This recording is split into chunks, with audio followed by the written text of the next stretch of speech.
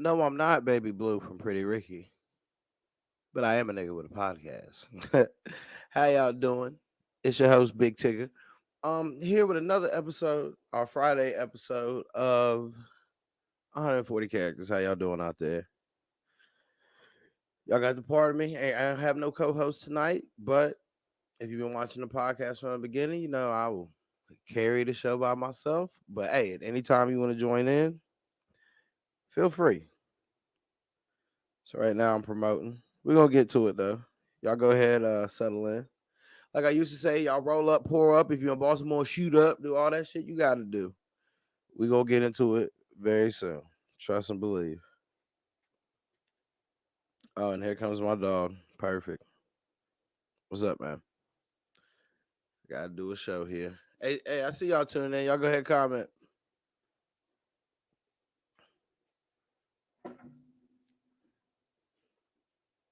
The dog's in here. I don't know what he's doing. We'll talk about it in a second. If you ain't here, go ahead and comment. Who's in this bitch with me? All right. My brother in here was popping. Got sit in here. We'll get to it. I got to post a link for y'all to join the podcast, and we're going to get started. It's a good day today. Whoa, you don't need to hear that. There we go. All right, so everything's posted. So let's get to it. At any time, if you want to join, just click that link in the comments, wherever you watching that, and we get it popping. So, Derek Chauvin is going to jail. Nigga got a 20 piece, yo. I was watching that shit like a game 7 in this bitch downstairs, yo. You hear me? It's a good day, man. I know a lot of people got mixed reactions on it. He should have got more time. He should have got the death penalty. But I mean, let's talk about it for a second. Which I need to understand. I mean, I'm with y'all. He maybe should have got life, but he's 45, doing 22 and a half years. He ain't gonna get out to he's what, 68, 67? I mean, that's basically life right there if you want to look at it. I mean, I feel it's justice. I mean, I know a lot of people have emotions tied to it. Really, he got longer than what he should have got. That judge really set a precedent today with you ain't just gonna be killing niggas out here for nothing and getting away with it. And I hope it carries on more. I hope we see more of this shit. But hey, it is what it is, man.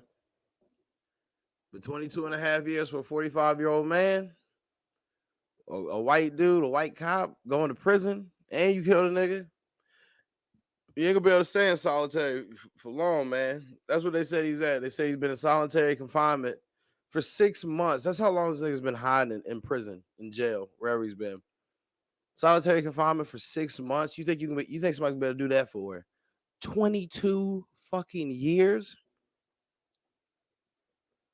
If I'm in the house longer than 2 days by myself, I'm gonna go crazy.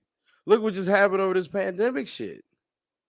Motherfuckers was in the house losing their mind. Y'all think he's gonna do that for 22 years? I don't think he'll survive the whole 22 years. I don't think it. I mean, even if he tries to go, PC, go to the PC pod, them niggas will get him in there. You can't put him in Gen Pop. He'll get got first day. So I feel it's justice, man. I feel 22 and a half years. I'm definitely happy with the verdict. I've seen a lot of homies. He should have been hung. He should have got life. But I mean, he's a 45-year-old white man with no gun and badge no more to protect him. It's a wrap for him, yo. It really is, man. So how y'all feel about it? That's how I feel about it. I mean, I got more to say, but I mean, to wrap it up real quick, that's how I feel. Which I need to understand about Minneapolis where this shit took place. I believe so. is that they have a like a crime credit score. So basically, with that being said, if you ain't a troublemaker, this was basically his first offense. He was supposed to only get. He's only supposed to get about. They said it was a. They added 10 years to this. He's only supposed to do 10. They added another 10. The judge did that, and the judge gave him a 22-page, some big ass court word that I can't think of right now, but basically just explained to him like, this is why I gave you 20 plus years, nigga, and that's what you get. Dinner's gonna be cold tonight, asshole. I mean, I'm cool with the verdict, dude, because I really thought the way the judge was talking that they was gonna fuck us right there and give him less time.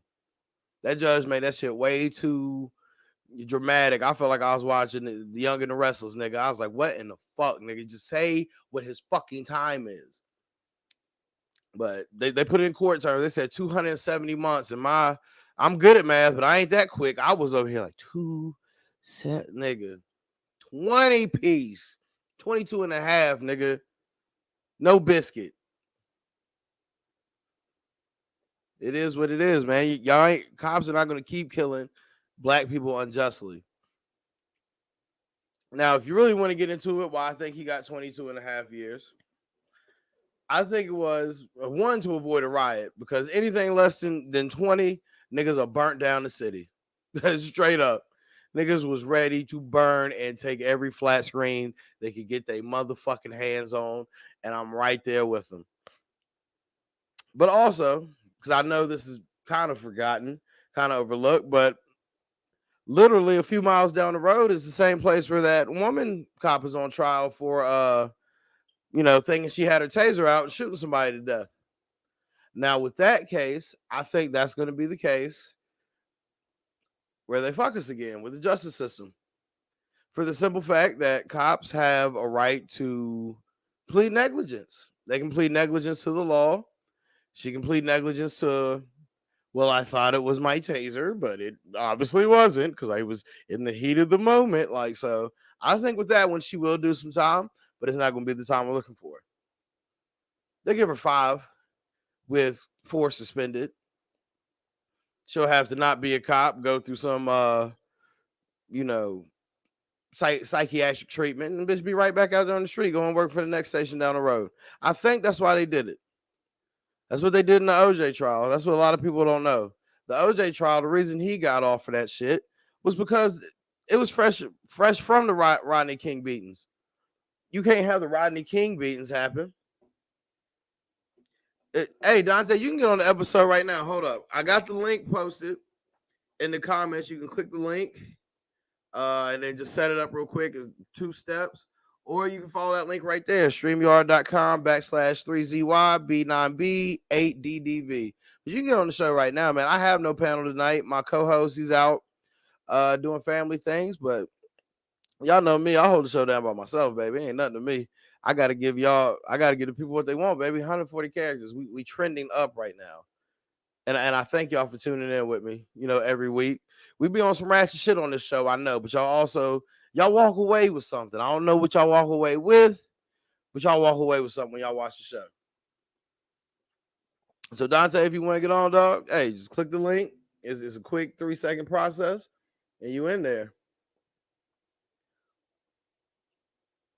You can use your phone right now.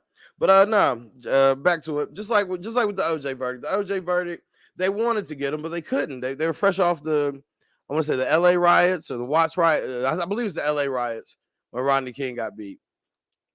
So they knew if they would have locked up OJ, Los Angeles would have got blown the fuck up. And I feel like that's what happened here. They had to give him 20 years. There's too many niggas outside ready to take all the TVs and the chicken wings out the city, yo. And I don't blame them. I don't fucking blame them. To me, I feel this is justice served, yo.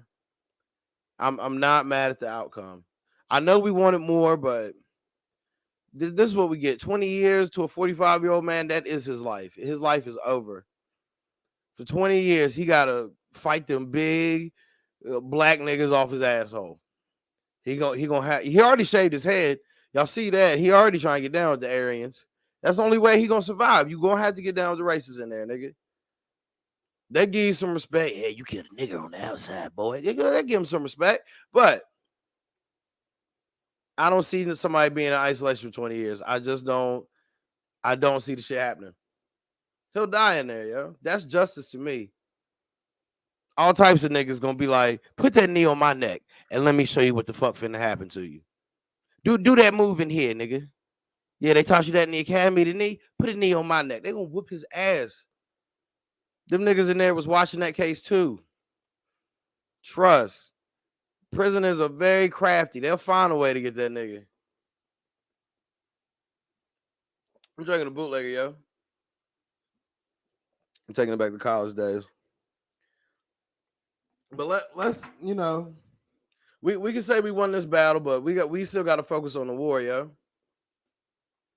Because here in a few weeks, that cop's probably gonna be going to trial. The lady cop that shot the dude saying it was a taser. So we got to watch out for that.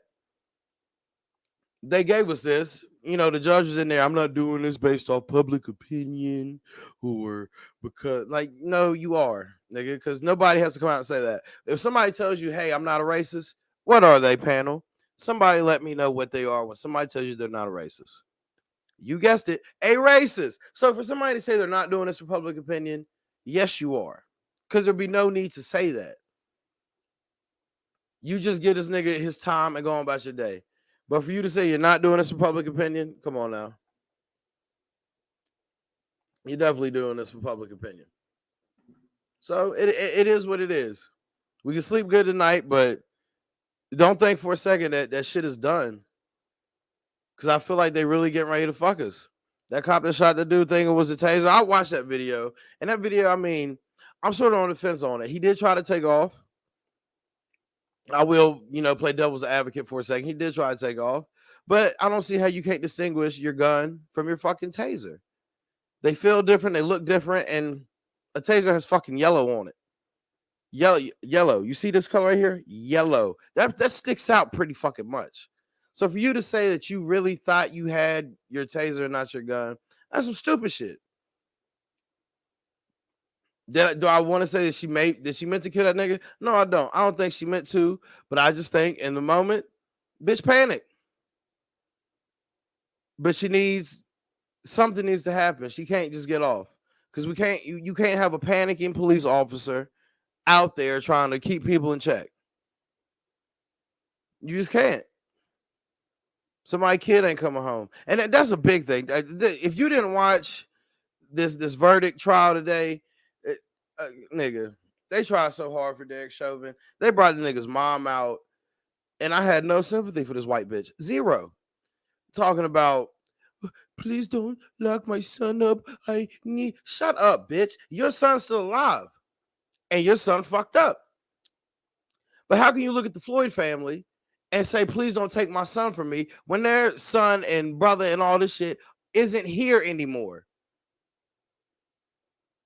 How can you say, I feel for the Floyd family, but don't take my son when your son took theirs?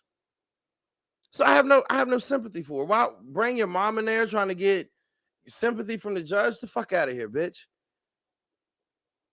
Your son gonna die. You gonna probably die before him. He ain't even gonna get to see you get buried, bitch. And I feel no remorse. Period. This whole trying to get empathy and from motherfuckers, man, fuck that. Your son felt no empathy. Go back and watch the video now. Look in his face.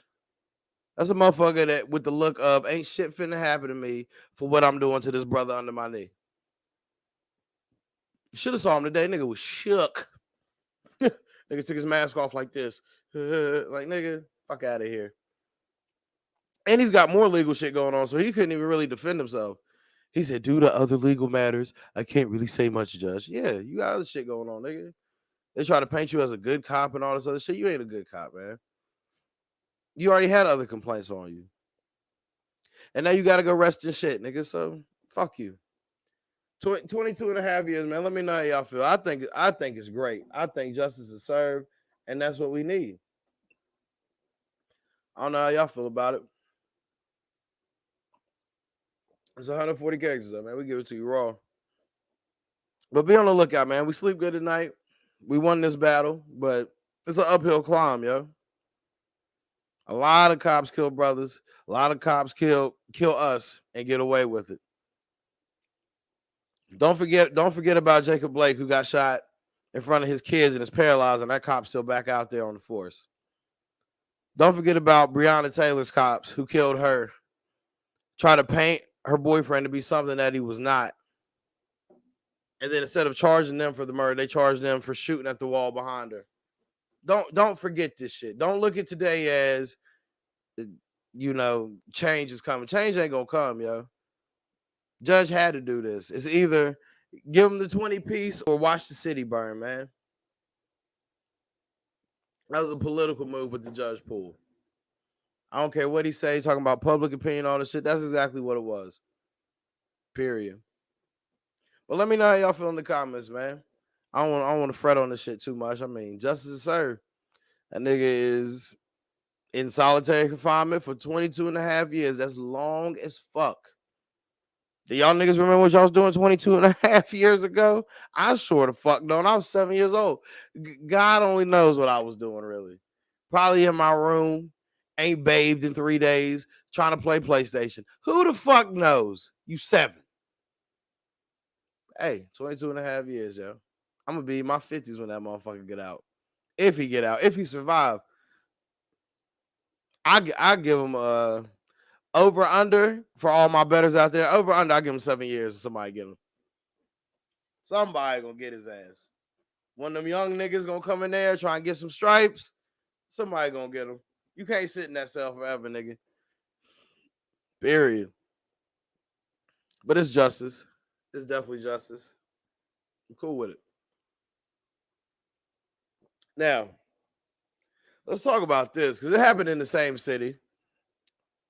I don't know if y'all seen this or not, but it really caught me off guard. So this 9-year-old girl, not in the same city, but the same state, this 9-year-old girl, this is basically the meat and potatoes of the show today. But yeah, this little girl went to a school board meeting and basically blasted her school board for having Black Lives Matter posters in the school and having a poster of Amanda Gorman. Now, I had to read this. This is a little white girl. I had to read this shit, though. She's saying she was told, this is why she's mad. She was told that you're not supposed to have any political shit in the school, period. But so how is it allowed for Black Lives Matter posters and Amanda Gorman posters? If you don't know who Amanda Gorman is, it's the poet that spoke at Joe Biden's inauguration. She's a poet. She has nothing to do with politics. Just because she spoke at inauguration, she got paid to speak. That doesn't make it political. Black Lives Matter, I don't see that as being political. I just see that as a broad statement. Bitch, I'm black. My life matters. I don't take that into politics because if you really want to talk about politics, neither side gives a fuck about niggas. So it ain't political for us. But this 9-year-old girl, she really tried to blast her school board and said, I want these Black Lives Matter posters taken down.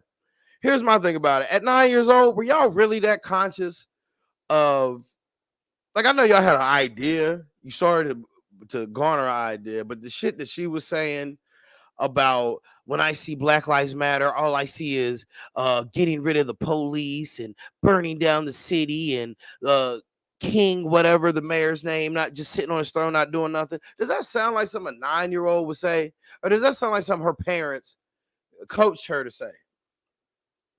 Be honest. Does that sound like your normal 9-year-old to think that deep about Black Lives Matter and what the fuck it means? Look, there's a lot of shit that goes on and nobody wants to talk about it. These racist honkies not having the balls to say how they feel, so they put their kids in front of the crosshairs. That should be child endangerment, child abuse, and your kids should be taken away from you. Because I know this 9-year-old girl did not think of this fucking argument. As a matter of fact, let me pull up this motherfucking article real quick. Because I want y'all to hear. Where is it at? I just had the shit pulled up. I'm gonna give y'all a quote from this bitch. Y'all let me know if a 9-year-old said this shit. Thank you, Cuzzo. Her parents definitely wrote the shit. No, I don't want to hear 9 year olds is a different breed. I don't see that. 9 years old is 9 years old. Like I don't care if she's influenced by social media and all that. 9 years old is still being 9 years old. At 9 years old, you're not thinking about this shit at all. And think about what you were thinking about at 9 years old. We still had the news. When September 11th happened, guess how old I was? 9 years old. And still couldn't really fully grasp what the fuck was going on. I didn't understand why my teacher basically freaked out. I didn't understand why we were going home. I didn't understand anything that was going on. That was my 9 years old, and it was all over the news. After 9/11, we had the terrorist colors come out. Everybody was a terrorist. I didn't understand. I can say that here. I didn't understand the ramifications of 9/11 until I was much older. So you're telling me at 9 years old, first of all, Facebook tailors shit around your age group. So at 9 years old, this shit is popping up on her timeline. It's the parents. A 9-year-old timeline should be JoJo Siwa and the Wiggles, nigga, on your Facebook. It should not be anything political at 9 years old. So I don't think it's social media. I think it's her coward ass parents who didn't want that target on themselves. Because, like many racist people want to do, they want to hide in fucking plain sight. Her parents want to go around black people and smile, but then throw their daughter out there. That way, if it comes back, oh, we don't feel like that. We didn't know. Bullshit. But anyways, let me give you a statement. Let me see if I can find it. This is her talking, by the way. So after she was told, she can't put up anything political, she then tries to say Black Lives Matter is political. How is saying my life matter anything to do with politics?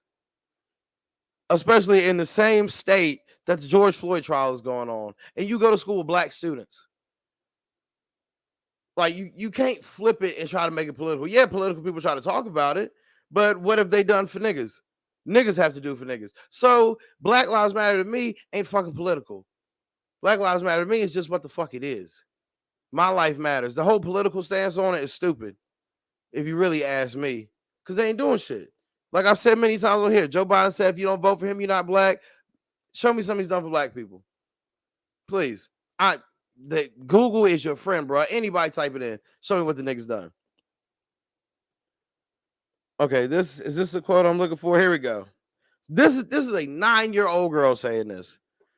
Apparently, they are in our schools because you made the signs. Because the school board said they made the signs. Because she went to the school board about it, and they were like, we didn't know about the sign. Oh, we knew about the signs because we made them. And she was like, okay. So apparently, they're in our schools because you made the signs. I said, this is her saying this. I said there should be no BLM in schools, period. Doesn't matter what color you make the posters and the fonts you use. We all understand the meaning. It is a political message about getting rid of police officers, rioting, burning down buildings while King Governor Tim Walz, the governor, just sits on his throne and watches. Nigga, does that sound like any 9-year-old y'all fucking know? Or does that sound like her parents? She tried to say, we know what Black Lives Matter mean. She knows what rioting means on her 9-year-old Facebook. She knows what getting rid of the police means. No, this sounds like a little girl who got two dumbass hillbilly parents who put her up there because they knew it would draw more attention if their daughter said it than them. Because they don't want to get outcasted in the community. But hey, cancel culture and woke culture, this shit follows you. So imagine when she gets older and she goes to apply for a school. Somebody will pull this shit up. Ain't you the little bitch at 9 years old?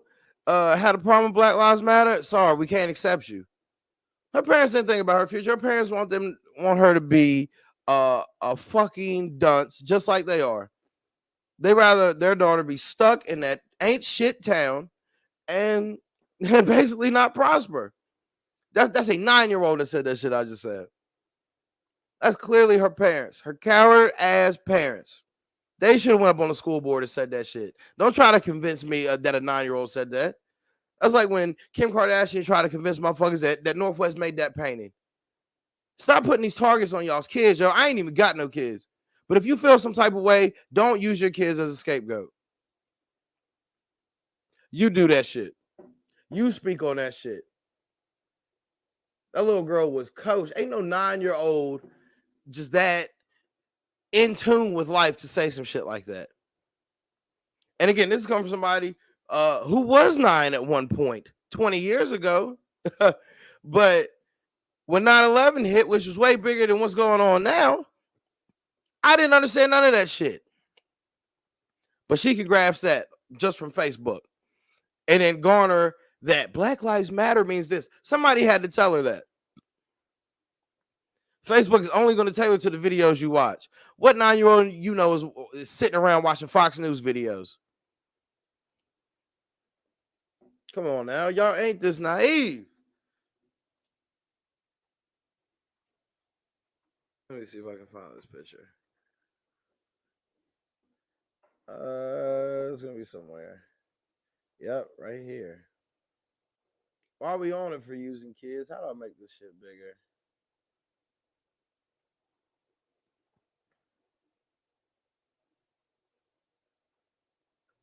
I want to show you. Oh, wait a minute.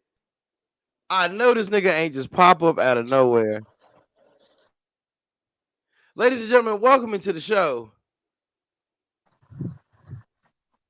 Morocco Yeah, Joe. What it what's duty, poppin', nigga? kid?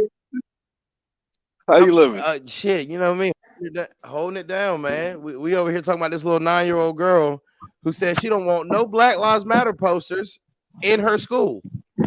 Well, she only 9. What she know? Nigga, that's what I'm saying. That's exactly what I said. I I mean, just read the look, statement from what look, she look, said. look. Man, these little kids got too much other shit to deal with. Why they worried about this shit? Nigga, exactly. Learn how to do math, bitch. Don't worry about Black Lives Matter. That's But not no, your business no, yet. she went in front of the school board talking about this shit. Why they got She the posters up to begin with, though? Like, what's the purpose of the posters? What does it because say on? she said she basically I want these Black Lives Matter posters taken out of my school because I was told I can't put up any political posters, but Black Lives Matter is a political poster, so why is it up? What 9-year-old you know is that really pressed nigga about politics? I don't know, man. A And, bitch, the bitch look, can't look, even look, look. vote, but she why is she not worried about Dora the Explorer and finding out what's in the backpack, nigga? What the same can be asked. Why is it Black Lives Matter poster in a 9-year-old classroom though? It's in the hallways and it's in the same state of the George Floyd trial. I mean, I get it, right? But You got black students. You celebrate Black History Month, yeah, that's different than Black Lives Matter, man. and I weren't can't you just rock with you. arguing the other week about what was it the the race theory shit? Yeah, I still So shouldn't you tell the little white kids that your black student, your black classmates matter just as much? yeah. Yeah, no, I don't disagree with that. Look, I firmly believe that black people's life matters. I do not agree with the group Black Lives Matter. And if you agree with the group Black Lives Matter, then you haven't done enough research. The people in Yeah, charge of that shit them are motherfuckers not is for dirty. anybody. They take the money and run, nigga. Yeah, look at what's happened. It's not just one person. It's like 4 or 5. There was this dude who was like second in charge in Minneapolis for Black Lives Matter. He left Oh, the you group. He's like, they don't. They took out all of this money during the summer. They got all of this money, and none of it is going toward this like people in Minneapolis. None of it's going toward black people. yeah. None of it. They Where's all? That's what I'm saying. they Like learn from Jesse Jackson, nigga. Get in, get out. it's not. At least Jesse Jackson has, has some kind of history of doing positive things. These people popped up out of nowhere, got a huge bag of money off somebody else's pain and misery and suffering. What I can't. positivity is Jesse Jackson done? That nigga is a mongerer, nigga. I mean, he ain't no worse than Al Sharpton. Exactly. I never said Al was good either. Them niggas just pop up, rhyme Yeah, some but words, collect a check, and be out. yeah, but at least I'm driving right now. My fault. But I no, you good. You good. at least these folks, Jesse Jackson, Al Sharpton, they don't try to lie. We all know what time it is with them. When they show up, we know what time it is. How Jesse show up when George Floyd got killed, but he ain't the one to pay for the funeral. Floyd Mayweather had to pay for it. Like we don't And know Jesse Jackson ain't collect a check. Floyd Mayweather didn't even want his name associated with that. He did that shit quietly. Do you He know did it that? out of love. That's He huge. did that shit quietly. And he's the same person who gets blasted because he wants to buy Gucci with money that he worked for. Yeah.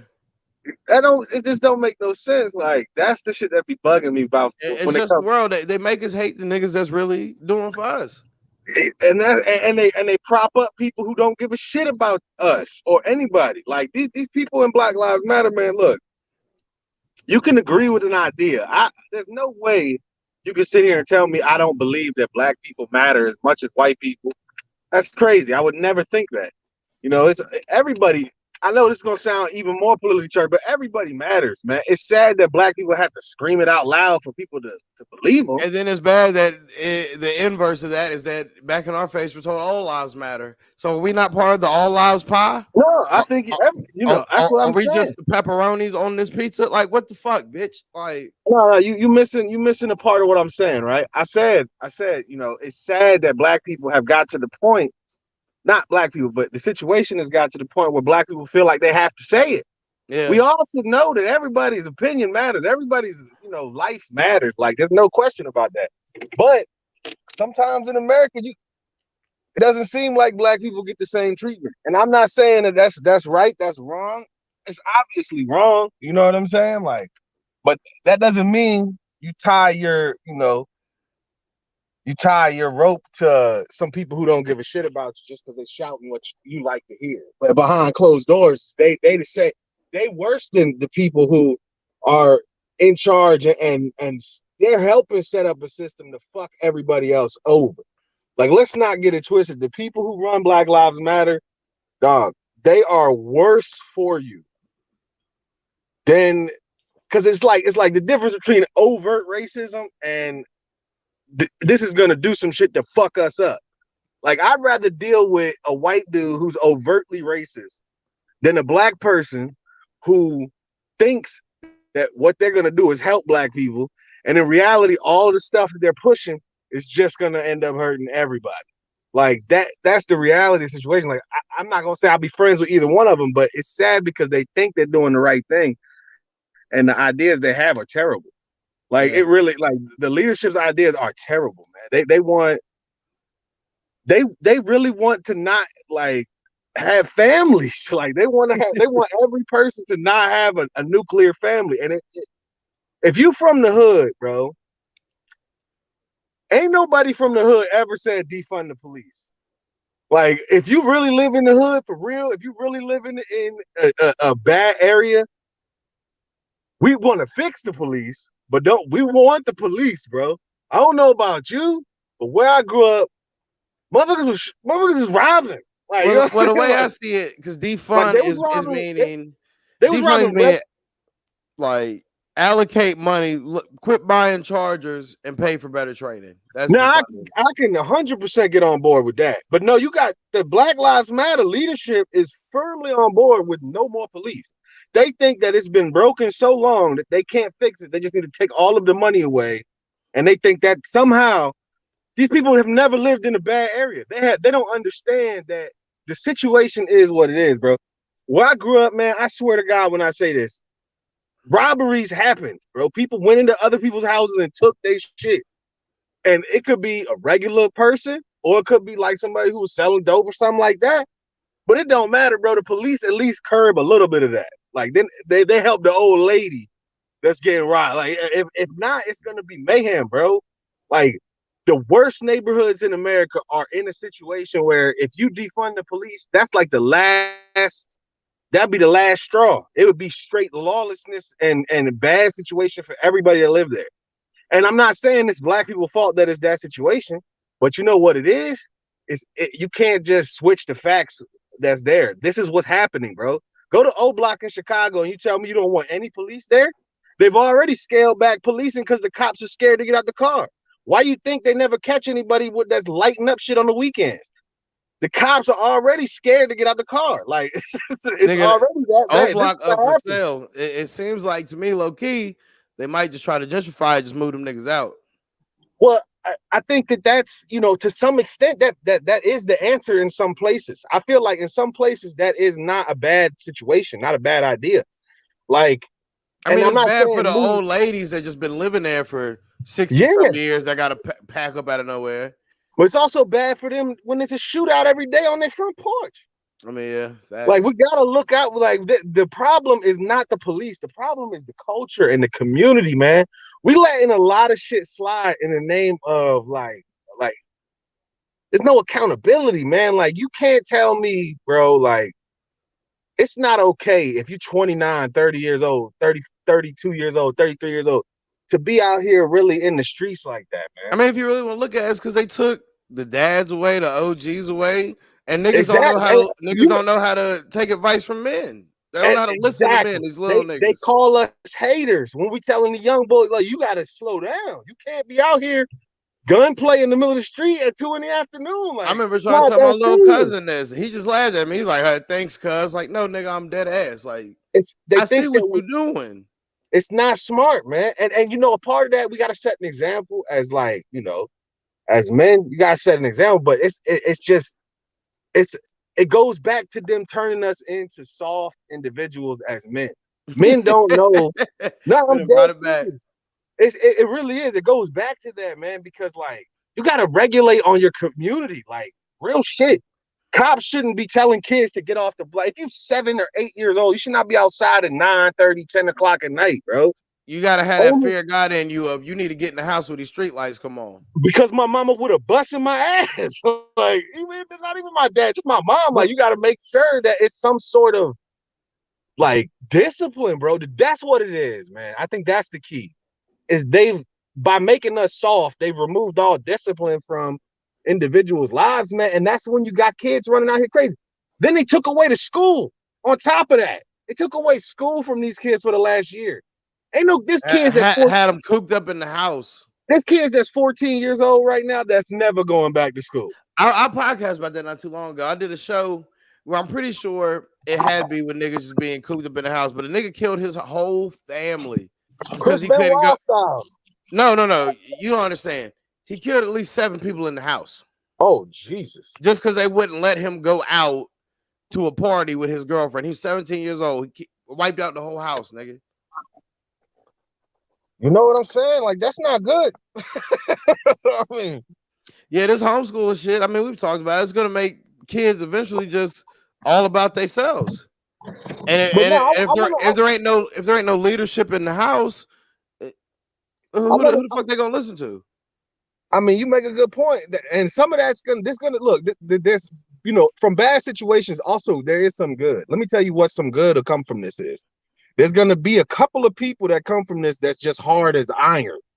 You understand what I'm saying? Like that they've gone through this situation and they're gonna come out on the other side and they're gonna be adults and they're not gonna put up with shit.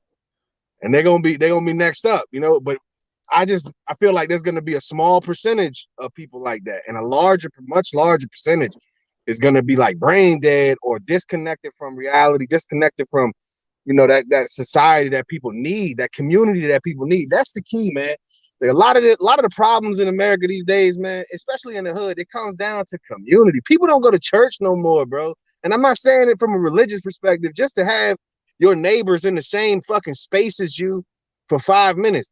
Like and just something that's not negative, bro. It's I nothing was that's about to not say negative anymore. I might be the only neighbor on the block that don't go to church, but the church right beside my crib be booming, nigga. Yeah, What? but you live in I don't know. Actually, I don't know where your new place is. I haven't seen it. You live in Parisburg, right? Whoa, chill. But Oh, yes. I'm not. My bad. I ain't know. My fault. Yes, I'm out here, but I ain't out here. Don't come looking for me. All right, so I don't know what the like dynamics of that is. Is the crime rate up there or not?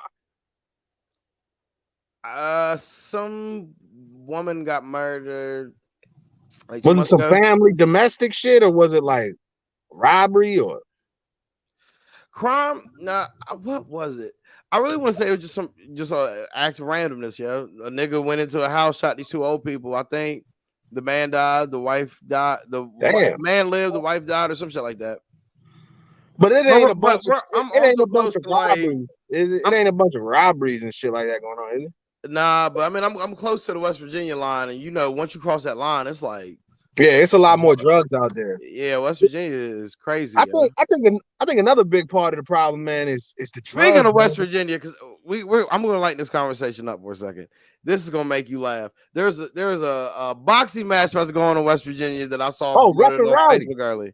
Rough and Rowdy, they do that shit every once in a while in West Virginia. There is a guy set to fight transsexual. How you feel about that? I hope the tranny lose. I I, I don't care who wins. When I saw this shit on Facebook, I was just like, I fuck Yeah, it. good Let luck. him fight. Let him fight. Let them fight if they want to fight. I mean, they're not But no, professionals. it's a trans woman. So the dude's transitioning into a woman, but he's fighting a dude. So does it even fight? Oh, that's different. Does it He's even probably fight? still gonna get his ass whooped. Anybody I, cutting their own dick off is probably losing I the don't know fight. if he cut his dick off, Yeah, but I low key want to see him get knocked out because the nigga that loses, he gonna have to move to like Nicaragua or something. yeah. I don't know. You can't lose to no. But I had to say that while I'm on this No. West Virginia shit. I meant to clown my homie early on it, but it's all good. But But no, yeah, I want to spin it back to the Black Lives Matter situation in the girl's school or whatever. Obviously, this girl is only 9 years old, so she just listened to whatever her parents say. yeah, and I then get it. her parents coached her up to go in front of the school board because it would have drawn more attention her saying it than her parents saying it because her parents didn't want to get outcasted. But you see, this is the whole part of the problem, bro. This is what I was saying the other day about the critical race theory. These problems are not for children to fix or be involved in at all. We got to stop drawing lines between a black kid and a white kid, man, because this problem is gonna not stop. Like it's gonna keep happening if we keep drawing lines and separating them at all. If you're a kid, man, I never ever even, I don't know, man, until probably like the fourth grade, and I realized like, oh, it's all black people in my neighborhood. We don't have food, you know what That's I'm what grade saying? she's in. The analogy I use when I was 9 years old, 9/11 happened, and I didn't understand it for shit until I got older. So how does You she know, understand this shit now? that's a fact. That's what I'm trying to. That's what the whole point of the conversation about the critical race theory was. These situations are too complex for children to be involved in at all. It's part of the job of us as adults to like not so much My protect them because forehead is giant. eventually they're gonna see it, but we have to make sure it's at least framed in a better way when they get to the point where they're mature enough to understand these things, man. Because if not, it's just gonna be another cycle of bullshit. It's gonna be another cycle of bullshit, man. I can't take a whole generation of stupid people. But I feel like the bullshit gonna always be in there. You gonna teach the critical race theory in Hatred, Mississippi? I don't even is that even a real place? Because that sounds like a real place. Nah. But just to quote the late great Paul Mooney, nigga, racism is in the blood. It ain't going nowhere. That's and you see that is the biggest like lie that's been told to everybody. That's It the biggest is, lie in the dog. world. Dog. Now, let me explain to you why I think that's the biggest lie in the world. Is because it's not even about race, man. It's about That was it, the critical it's race theory, but it's not about race. no. I'm saying when it comes to racism, right? It's about power. It's about one person that is either like egotistical or they never had shit. They don't understand how Or to they move paid in attention in certain rooms, history. or they just don't know how to move, man. They don't. When they became an adult and they finally got, if you're still a racist person and you're an adult, something is wrong with how you were raised because you don't have the critical thinking ability to not understand the situation as it is. Like if you're not able to critically think, you are going to end up being racist because it's easy to just go down that road.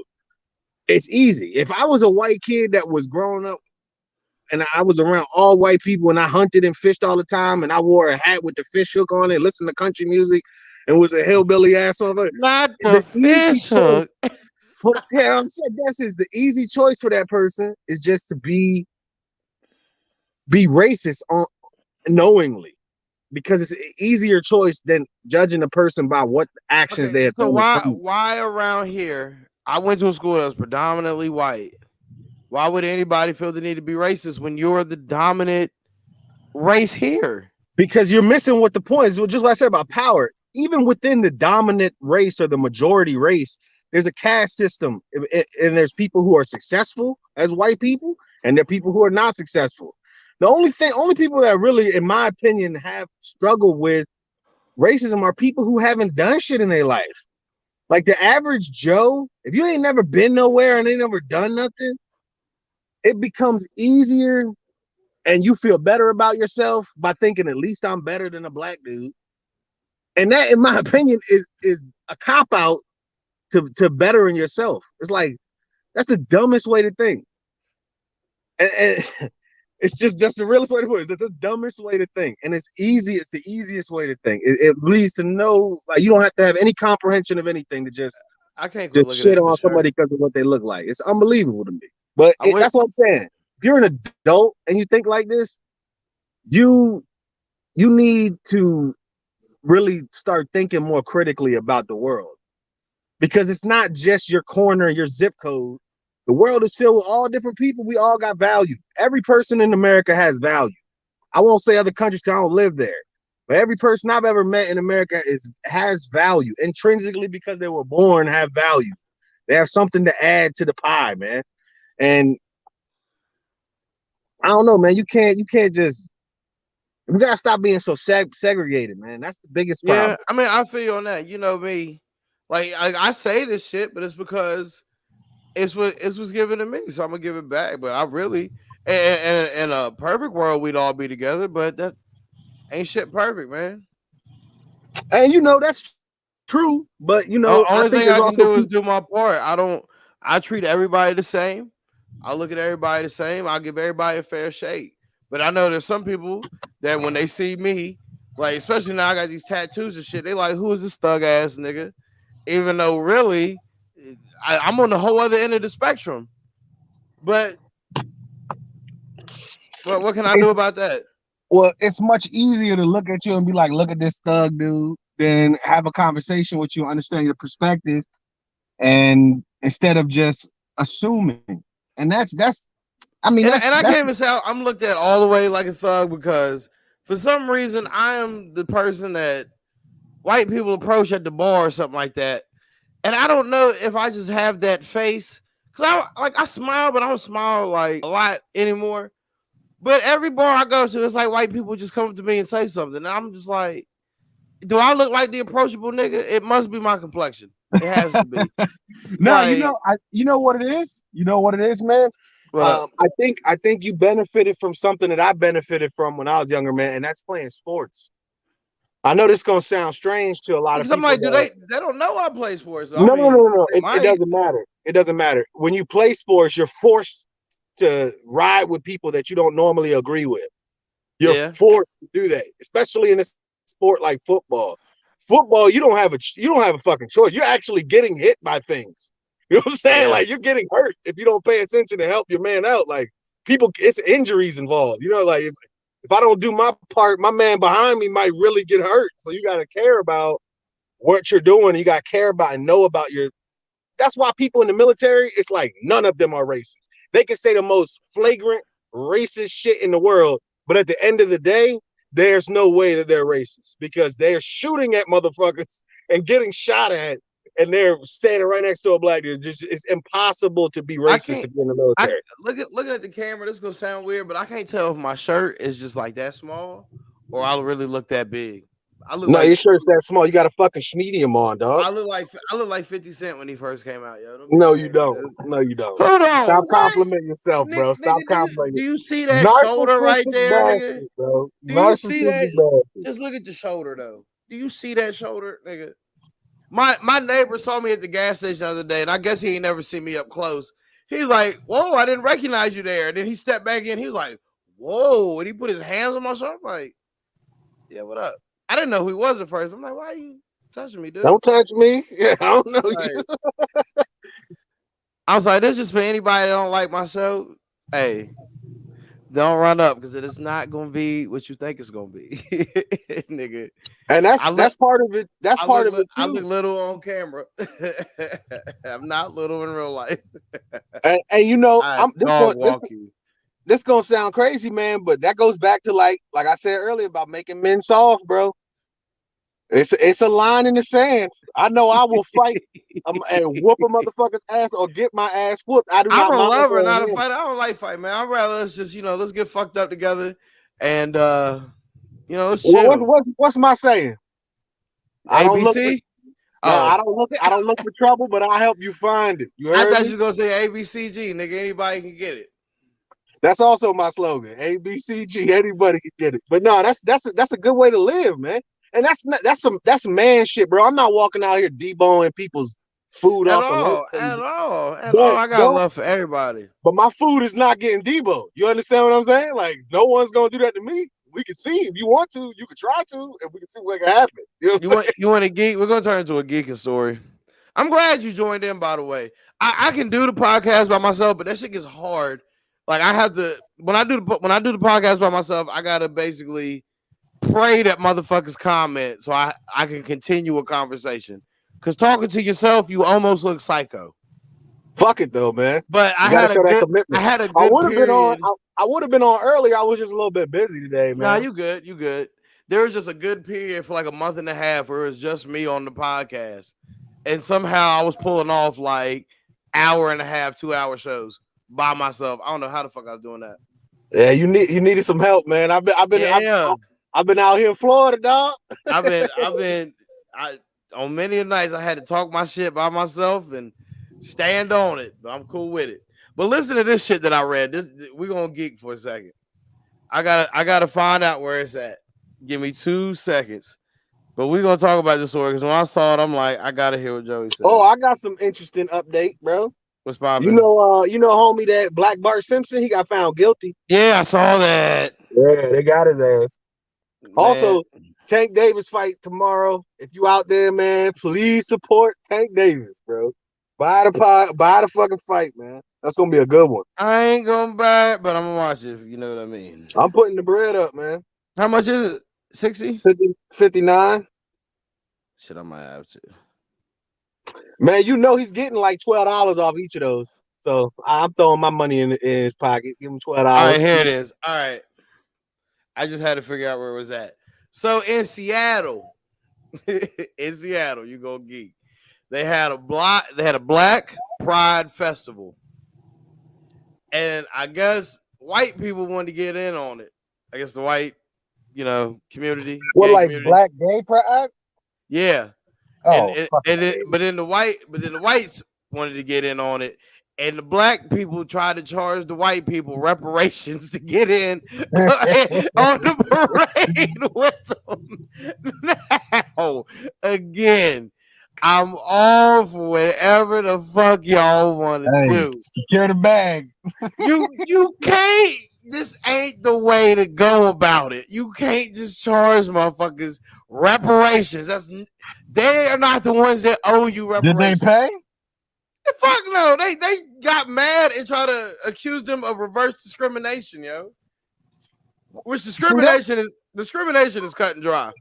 All right, so I got a question for you. Anybody can discriminate. I got a question for you. It goes along the same lines. What's up? Do you think it's okay, like, say if you know what the Geechees are? You ever heard of that? That's in North Carolina, right? Yeah, but it's also like it's in a lot of different places, in Virginia too. But there's it's like a lodge, man. It's the best way to put it. It's like a club. Like a Moose Lodge, nigga? Yeah, but that's like the white version. There's a black version. I can't remember the name of it. It's one right in Hampton. I can't remember the name of it. The Kiwanis Club, nigga? I don't know. Nah, I can't. They wear these funny ass hats. I'm not hating on them, but they wear a funny ass hat. Like the Fez hats? Yeah. It's like a square hat, but it's like circular at the top. And it's got like a tassel coming out the bitch. What is the name of that club? It's called a Fez. I know what the hat's called. Yeah, but you know the club. It's a club of it's mostly men. It's some women too, but It's a club and it's all black people. I don't know what the fuck it's called, dog. I ain't gonna lie to There's you. nothing wrong with it. I'm just trying to think of the name of it. It's like Masonites or some shit like that. Not Masons. It's something like that though. But anyway, are you Sydney said the Red Hat Society. no? I don't know what the fuck that is. No, I can't remember the name of it, man. Oh my god! It's anyway. It doesn't matter what the name of it is. It's similar to the Geechees, where it's like the Masons or a Moose Lodge, something like that, where it's like a man's club, and it's some women, but it's all black people. And then there's a Moose Lodge. There's probably one or two white people or black people in the Moose Lodge in most Moose Lodges. If I could get a hold of Mr. Calloway know everything. He would be like, oh yeah, it's this, but I don't know what it is. But anyway, my question to you, man, is: do you think it's okay if there are organizations that don't allow, like, say, all black organizations don't allow white people, or all like Italian organization don't allow anybody but Italians, all I don't know, German or Polish or some shit in America, but they don't allow nobody but Polish people? Do you think you think that's okay? The way I see it, uh, black people. Oh, hold up. Are they the Shriners? That's what Daryl Dean's asking. That's probably it. I'm The pretty sure that's it. Shriners. Hey, I'm what pretty up, sure that's Daryl? Hey, Daryl, if you want to join in on the podcast, man, I'll put the link up. 2 seconds. But if you really want to know, Joe, we black people aren't the ones that made the exclusive clubs. So I have no problem with black people having an all exclusive club because we aren't the inventors of it. Because really, black people, we're an inclusive group, but people have excluded us. So if we got to Yeah, exclude you're people not from wrong. our You're not shit, wrong. so if we got to exclude people from our shit, so fucking be it. I, But my, my, but I'm not saying but it's a bad or a good thing. I don't want to frame it that way. I just want to know your opinion. Like, do you think it's okay to have that? yeah, I think it's Okay, okay. I think it's okay too. I think to an extent, right? Like, if the mission of your group or whatever is not negative, then I don't care if you want to say it's only for Jewish people or it's only for black people or only, I'm okay with that as long as the mission statement is like your history, studying stuff that you guys work together to do, and there's a good mission, a positive mission. Now, when it's negative, I find that to be dangerous. I don't know who defines negative, but we all can Oh, look at like the something. Klan. Yeah, but I think that's a bad example. I'll tell you why. Because originally the Ku Klux Klan was a democratic There you organization. go. Hey, ladies and gentlemen, welcome into the podcast. My brother, he back again. Y'all give it up for him. Double D, goddamn Hey, what's poppin'? it. What Good, it Good, do, what's D? good, good. what's good. What's good? I So think you're right on the is it the Shriners, man. Shriners? I think he's right on that. I looked it up real quick. I thought it was the Shriners. I looked it up. That was the only thing I could think of. I'm pretty sure that's it. But I know That of it sounds because right. there's a club in Hampton, not like a go drinking club. It's like a clubhouse. They play cards and shit in there. I've been in there a couple times playing cards with them, and the group members is all black people, and they all nice. It was all super nice to me. I ain't have no problems with nobody. But like, I think personally, it's okay if that's your goal, as long as the goal is positive or the group is positive. The moment it crosses into like violence or anything like that, I'm not on board with that. Like, So that's crazy. is it wrong for the black gay people to charge the white gay people reparations to join in? Yo, I mean, I heard y'all I say don't that know, shit, bro. bro. Y'all lost Shit on the couch. Yo, I never heard no shit like that, bro. they was really stopping them from joining. Like, whoa. We need reparations for you can march with us. Run your pockets. Like, I mean, at the end of the day, right? Like, it's their march, bro. Like, it's not, but no, the march of today is a Pride Month march.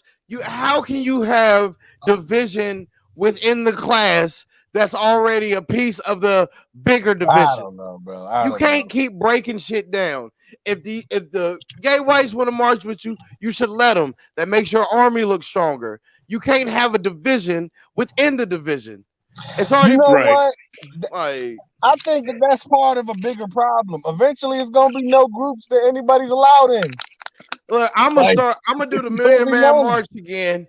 And if any white man walk up to me like, whoa, what you got in your wallet first, friend? Like, nigga, you can't do that. If you like, you can't discriminate against people who feel the same way as you. All right, If you I feel got what a I'm good saying. question. I got a good question. What's my So if they start passing out reparations, do I get a check? You would no. Well, Why maybe. not? I don't Why I know. don't get a check? I'm African American. What reparations are you gonna get from this small percentage of America? They're not the ones No, who owe us reparations. no. I'm saying in total. Like if the government was like, all right, if you're African American, you get a check. Do I get one? What generation African American are you? My dad moved here Because when he you was on the 26. DJ Khaled side of the game, No, nigga. I give you the real. My dad moved here when he was If 26. DJ When Khaled and French Montana did the fusion dance off Dragon Ball Z, nigga, they'd make you.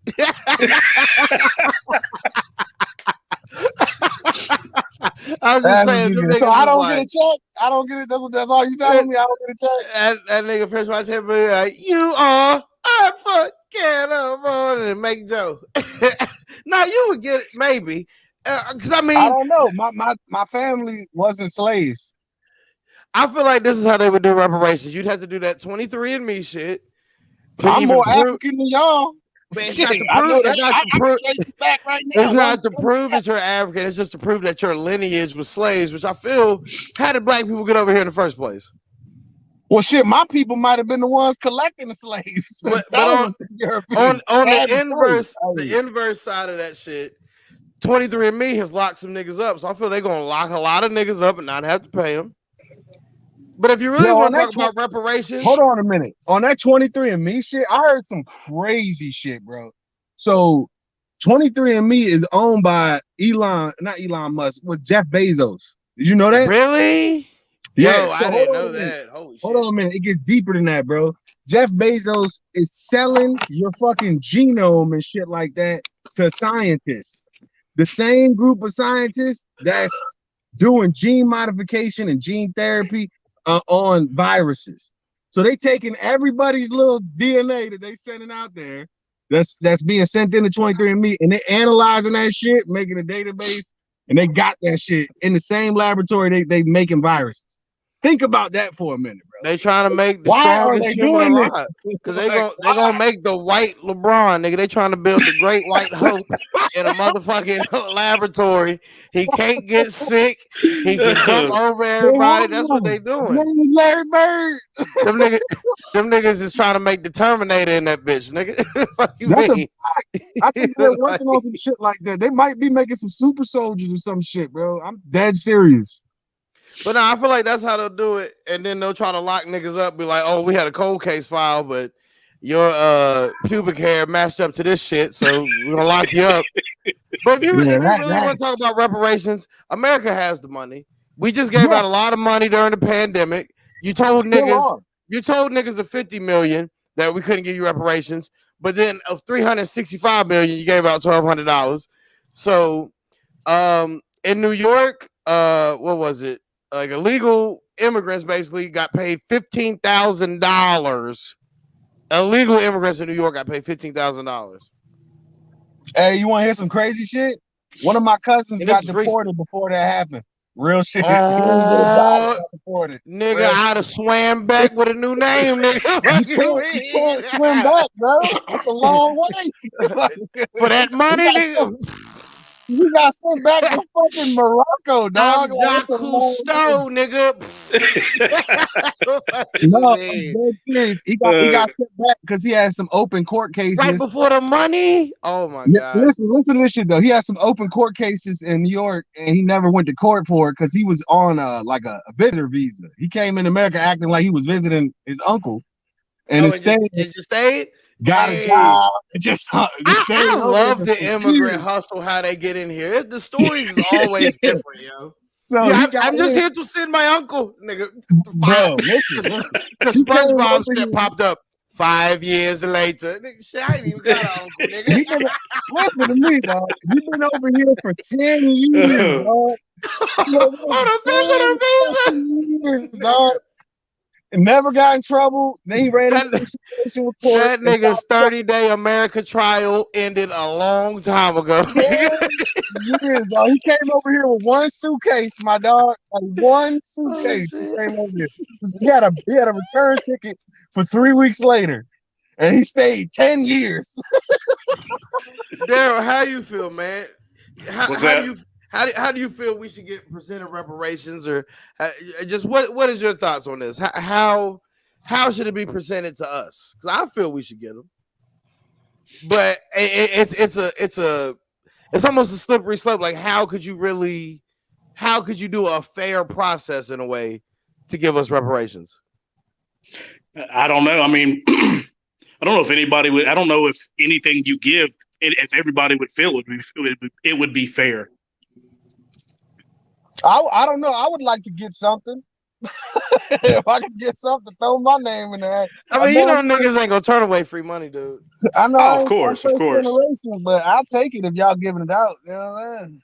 But I feel like they would put us against each other. It'd be like, what percentage black are you? Because we ain't all really fully black. So it'd be like, what percentage are you? Based on the percentage is how much money you get. Niggas would we would fight each other still. They would find a way to put us against each other.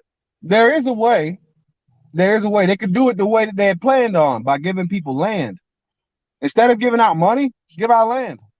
I told you my way, Joe. Just all these families, because I know not all white people own slaves, but almost every nigga was a slave. That's how we're here. So I feel there should be a legacy tax on these families still benefiting from slavery.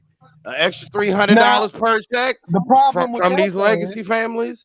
Hey, the problem with that though is I'm on board with that, but the government already spends the money wrong anyway. You're just giving them more to spend wrong. I mean, if you could prove that they're spending it right, then yeah, I'm cool with that. Like if you own, if your family, if you could tie it back and your family has been billionaires or millionaires for more than 200 years, the family that started the benefited from slavery. There's they no probably question. benefited somehow. It's a cotton swab. There has to be some ties to slavery. No. The best way to check is how long has your wealth been around. If your family has had 150 years of huge amounts of wealth, you benefited from slavery, whether you realize it or not. Yeah. No way. You kept. And it's time to kick in on the church fund because the church need a new doorknob. Like, that's the best way to put it, man. But again, I don't trust the government with more money. Look what they do with it. They say, look, I read this news article. $12 billion went to foreign countries fraudulently because of the PPP shit. Mad people took the PPP loan, switched to Bitcoin, now it's in another country. Who knows what the hell? Really? Mad people. Over $12 billion. They said just off the PPP alone, $12 billion was fraud. $12 billion. And no, that's not just fraud. That's fraud that went to another country. It's not even fraud that stayed here. It's not even Jimmy on the block with the PPP scam. It's not even that. It's not the player loan. This motherfucking the Chinese motherfucker getting the damn money and sending it to China back to his family and then taking a plane back. That's who is 12 billion left the country on in fraud. That's just left the country. There's still a bunch of people that fraudulently did it that live here with the player loan. You know what I'm saying? But it's a lot of that money that just went out the door. It's never coming back. Damn. And I'm not trying to give more money because look what they do with it. They just spend it like a fucking. It's burning. That's crazy. I did not know that shit. Look it up, man. It's embarrassing what just happened. The unemployment shit, the extra 600, they trace back over 10 billion of the extra 600 a week out the country. Somebody just stole it. They just stole it, bro. These Nigerian motherfuckers in Lagos that's calling you saying I got a trillionaire uncle that's dying and he needs your bank account number. These motherfuckers is grimy. They know how to do this shit. Them dish customers be stupid than a motherfucker. They've been scamming, bro. They scam. That's what somebody called me. He asked for my number, my account number, my bank account. I just wanted to see if it was y'all. But did you give it to him, bitch? I did. You ain't talking to us no more. Yo, just think about it. If you think about it, bro, they getting old people and stupid people like that all the time. Imagine is there that many stupid people because I'm about to start finessing, nigga. I'm telling you, man, that's one way to get it done, bro. The PPP. You gotta have no heart to do that, though, man. Man, they broke, bro. What you mean? You got to be desperate. Daryl said it the other week. He said people do some stupid shit when they desperate. You don't know what it's like to turn a light switch on and it don't work but once a month. You don't know what it's like to turn the water faucet on and it don't work or it spit out some shit water. I You know don't what it's like. understand. It's I a know what it's whole like. nother level of desperation in I my know what it's dreams. like to kick a dough though. That's I'm desperation. just saying, don't get it twisted. They're not heartless. They're fucking broke that we can't even understand that level of broke. If you went to Morocco for Well, 5 minutes, you'd be like, bring me back to America. they should come over here and make an OnlyFans. Nigga, fuck it. Speaking of OnlyFans, I heard they're getting rid of nude content on their shit. So y'all bitches gonna have to start making them foes again. That's because they need to put people back to work, man. You see, everybody's hiring. And here's a word to you, bro. Not to you in this room, because I know we all stand-up dudes. We know how to work. If you're a bum and you just waiting for the government to give you money, fuck you, man. Go your ass back to work, man. Nah, man. As much as the government Go that your took ass from back to us, fucking get work it like from the everybody government. else, bro. Hey, if you black and you don't want to work, then consider it reparations. That's how I Fuck feel, that. nigga. Nah. Because the only one that's gonna end up failing out this whole shit is you when you try to go get a job later and you've been 2 years out of work. Your resume look like shit. Your But application look but like shit. niggas know how to flip shit. Niggas will take a little 300, turn to 6, Yeah, but that's the whole and life then you want. and then We gotta 6 look at back down to progression, bro. 450 because I needed them Jordans. We gotta start progressing, man. Gotta start progressing. Daryl over here making damn near $100,000 a year. Don't let him lie to you. Shit, I wish. Yeah, don't let Yeah, him lie to I know you, Daryl. How long you been working where you work? 20 fucking years. Motherfucker about to retire. I've been there for a minute. really? At least Yeah, 15 years. When you At start least there? 2002. Holy shit! 19 years. Oh yeah, 19 Yeah, years. Stand up. this Stand up. nigga shake the 19. CEO hand. What the fuck? Shit, I I nah. was didn't. there for 10. I did I was not there know for that. 10. Holy shit! I started there in 09. I left in 18, 19. At the end of Yeah. 18. And they So was paying me the bag. And I was Are you from home now? You strictly from home? Nah, we just went back Monday Oh shit! Y'all still in the same spot though, right? In the in the mall. Yeah. damn. Yo, that's Daryl, lit I'm though. telling you, Daryl, he wearing that little V-neck that looked like a U-neck. He tied at the crib, but he always got him a fresh cut. You know what I'm saying? He always Facts though, out, man. facts. I've never seen this nigga with not a freshie. I was He like, got a bag of yo, money. He got a bag of money. yo. Why? He acting quiet Shit, right go now, humble. that money goes to bills. We got 4 kids in the Exactly, house. because That's you an adult. exactly where that money goes. Because you an adult. That's what it's Have supposed they to be. tried to downsize y'all yet? Or y'all still got like the same number like when it first made that transition over there? Nah, like all of the people that are they're on the phones, like dealing with customers, they're at home. They're not coming back in the office. Okay. So basically, tech ops, retail wireless, IT, those teams are in the office now. Okay. So shit is probably like what, 20 some people in there, maybe? Once right now, I think maybe off the top of my head, 30-ish people, give or take. Damn. And Daryl been there the longest out of all of them. Hey, that's I've been what's there a good. minute. Like I said, Yeah, I think you might be the most veteran. this January coming up, the end of January 2022 will make 20 years. Damn. Hey, congrats on that, nigga. That is what's good. You don't see that no more. Somebody really putting in that type of time You at know a why? job. Like that's fucking lit right there. Yeah? You know why people don't have no work ethic, man? They just call out. They be in the parking lot, Facts. walking in the job, calling out Oh, at the same trust me, time. I did my time and not having work ethic, bro. I did my time and got lucky. There was days that I had supervisors that didn't care, didn't do write ups. I remember at one point, like the back when I first started, like you were like if you had like 10 absences, you was done. And I remember I had like 16. Yeah, but And with those because my 16, though, supervisor never wrote me up, they couldn't move from no write up to termination. So I got lucky. And then I think there was a second time around where I had too many points and I ended up being late for work.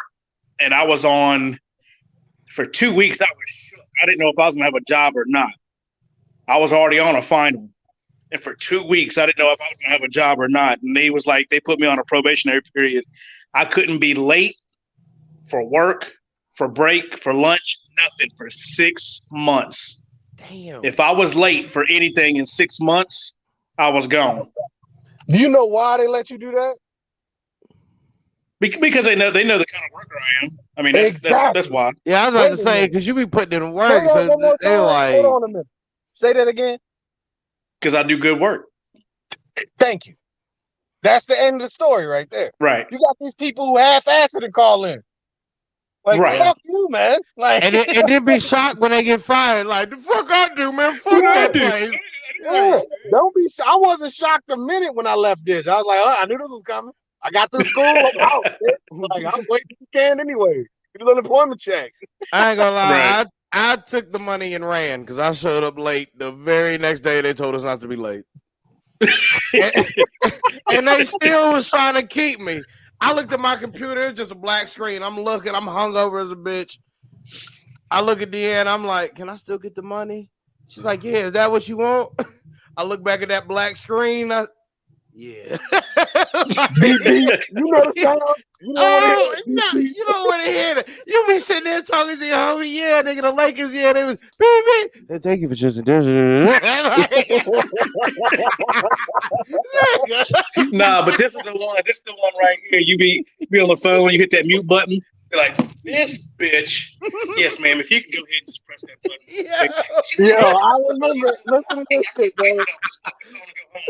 Yeah, bro, if you could just make that payment, we'll turn your stuff back on real quick. Yeah, we'll do that for you. Can I put you on a 2-minute hold while I look over this account, bitch?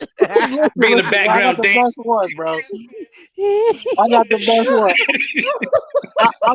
I remember I was managing this dude. His name was John, bro. His name was John. You remember John, JB? He had like the messed up eye, and he had like a whole bunch of shit on his face. Great dude, yeah. Funniest dude you ever meet. I think I know who you're talking about. He was on the phone with a customer straight up, and he was like, "Go ahead and unplug that power cable and turn around and flog yourself with it."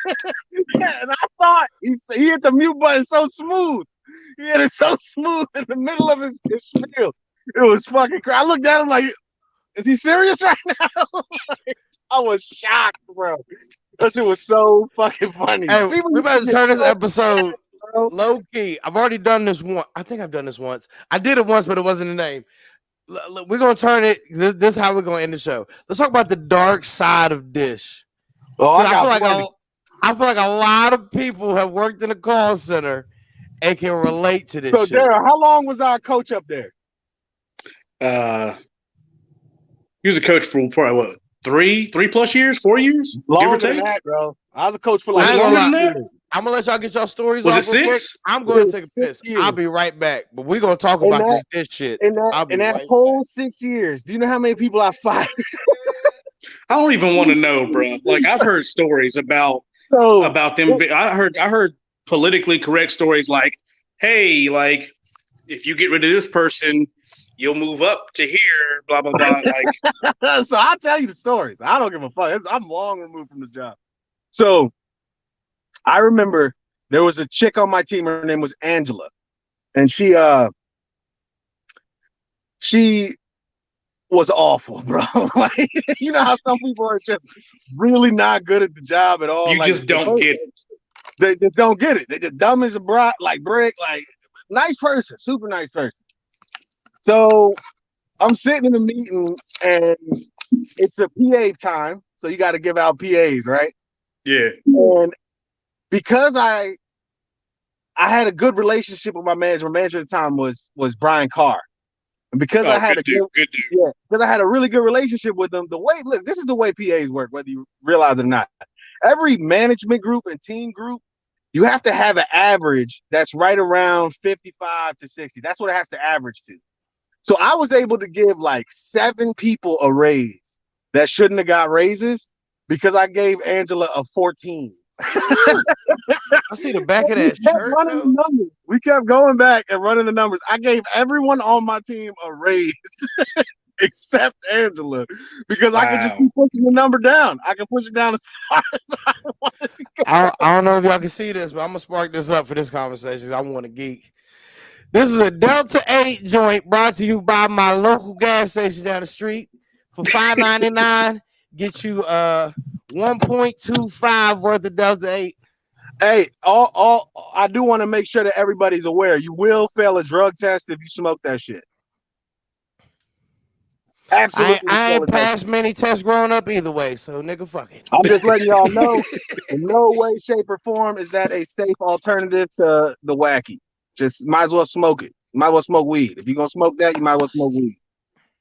But anyway, man, I know so many fucking background stories. Before we closed the call center, before that shit happened, I knew 9 or 10 months before because I talked to Bob in Arizona. He told me, you better look for another job.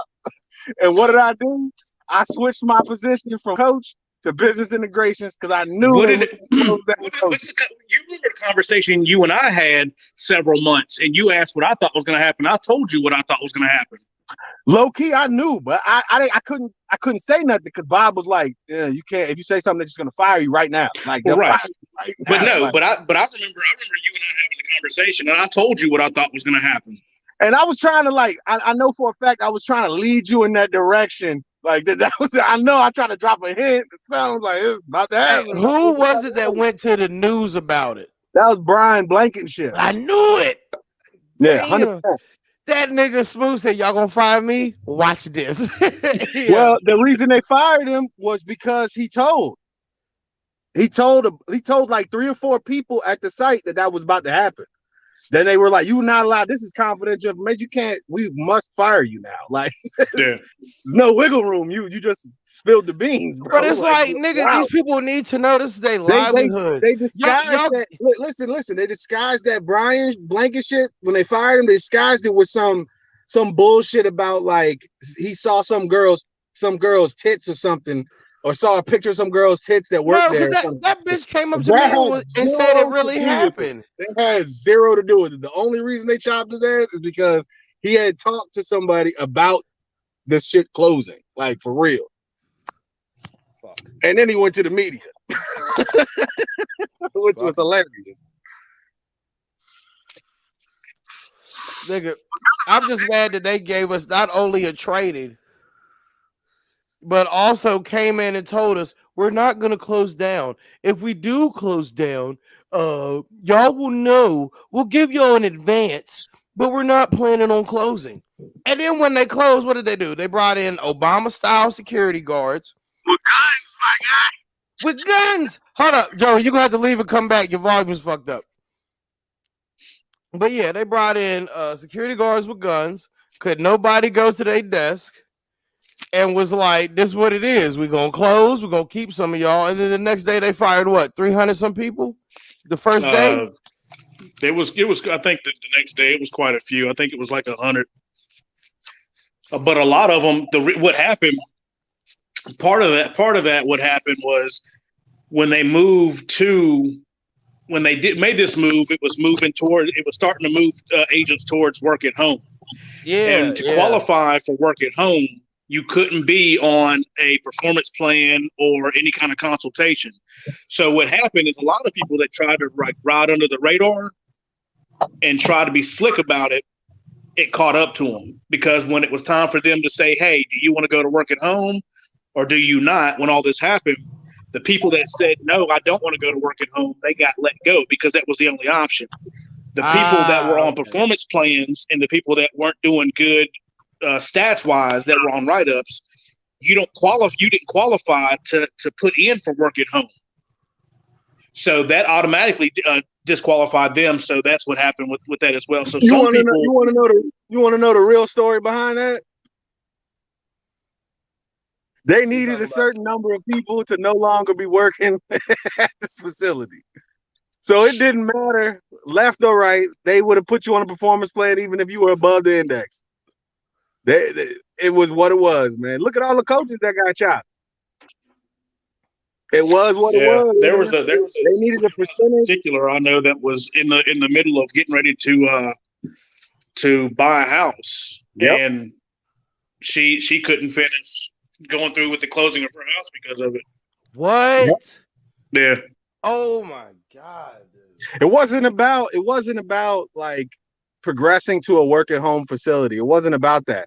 What the reality of the situation was, we weren't performing well enough to beat the Philippines, and we're getting paid 6 times what the Philippines are paid. and we just didn't have 6 times the performance. It's the True. reality. We're also on the East Coast, and a majority of the customers at Dish Network are in the Midwest. It's a 2-hour difference. So we aren't covering time slots that are useful. The only useful time slots that we covered at Christiansburg were the split shifts. Being real, I mean, 100 is what it is. It sucks to say that, but it is what it is. Like, it's a business. Hey, at one point, I was the number 5 agent out of all the call centers. That's Philippines. That's in the United States. I was number 5. 1, 2, 3, 4, 5th. Charlie Ergen saw my name. I feel like he that's didn't what care. he should care. You want the truth? He should They don't give a care. shit. I had a team that was I really number don't care if one. he cared. I really more cared that I couldn't get a promotion up that bitch. That's what I really made ran me a team that was number 1 in the enterprise, and we were on a split shift, and we were number 1 for 6 weeks. 6 weeks of data, we were number 1, and we were on a split shift, a 4-hour split. It was an awful shift. We had 3 days off, or we had 2 days off a week. It was a 4-hour split, and we were number fucking 1. Nobody wanted to work.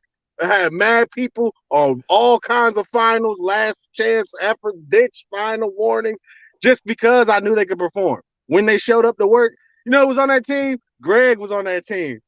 Greg Dallas. Respect to Greg. You know what I'm saying? He was on that team. We were number 1 in the enterprise, and we were on the worst schedule possible. Like, there was no question. Like, worst schedule. Nobody ever wants to work in a split, bro. We were 10-2, all for 4 hours, 6-10. Yeah, I used to work. I used to have a split that was 10-2, and then 5:30 to 9:30. It was terrible. Same thing. It's the same exact schedule. It's the worst schedule in the world. It's literally the worst schedule possible. Like, and we were still number 1. I hate split shift just because you basically at work all day. Like, you can't really relax. You go to work 10 times a week. Yeah, you gotta go to work 10 times a week. Think about that. Fuck that, dude. Oh my god. Because within that 3-hour break, bro, you're ready to call it a day. Yeah. I remember. And then Greg you're like, I gotta come back in here. Like, I remember Greg called in one time. He was like, I can't go back in there, man, the rest of the shift. I was like, why, man? He's like, man, you don't want me in there. I was like, man, you know what time it is. I was like, all right, respect. I'll see you tomorrow, bro. Like, I swear to God, on that team, I had people with 9 points in 3 months, still holding strong. 5-minute, 37-second handle time, still holding strong. Like, I held them down. No matter how much time you missed, I held you down because we all knew the schedule was impossible, bro. I had so many people. I had people get 9 points, hadn't missed a day. They would miss the half every single time. They missed the second half or they missed the first half. It's just like, I can't take 10-10, bro. That's basically what the schedule is. It's horrible. Yeah. And I swear to God, me and Brian sat down. The whole team had more than 4 points. I ain't had one, and I was like, "You think this is their fault?" That's what I said, Brian.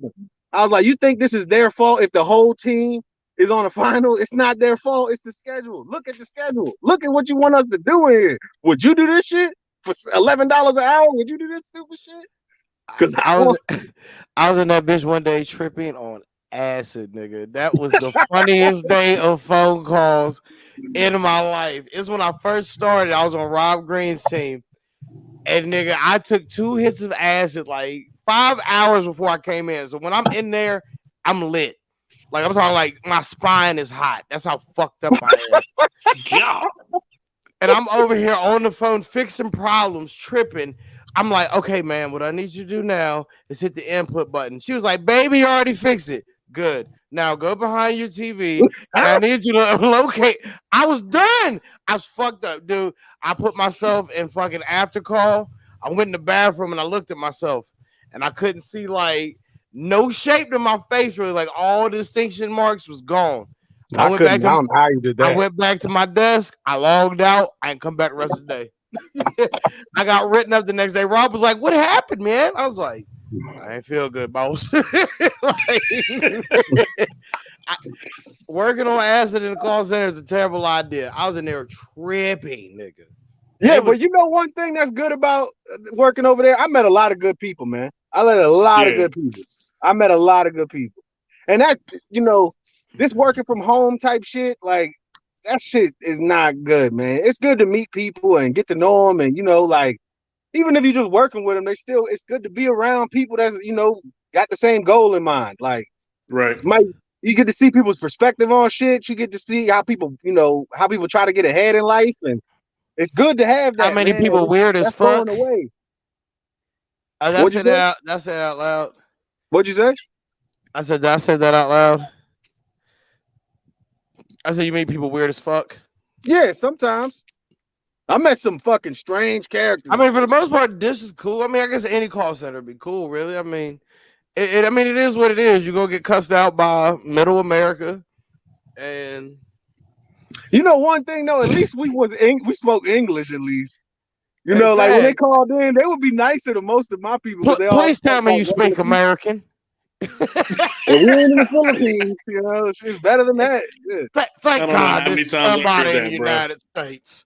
I was talking to that last fella, and he kept saying, "Turn to your channel." I didn't know what he was saying. I'm like, lady, I heard him perfectly, but what do you need? Oh, well, y'all added 27 cents to my bill. I just want to see if I can get it lowered or I'm gonna cancel. Oh my God. Y'all want to the hear calls that used to trip me out was when people would lose their local channels and get mad, and they was only down for like 5 hours. I literally gave somebody a 5-cent credit on their bill. Yo, how did it? Oh wait, now I forgot you've been there for a minute. You got all the passwords to do 5 cents. I'm like, how the fuck did you do 5 cents? I literally gave some this for one day when you could submit whatever. But the woman was so mad. I was like, look, I'm gonna break it down for you. And I'm like, I did the math, and I'm like, I'll give you a 5-cent credit. The crazy part is she was happy that when we were done with the conversation, she said, thank you. The principle, the fact is your channels were down and I wanted something to compensate for it. She was cool with 5 cents. You want to know the realest shit I ever did there? Oh God.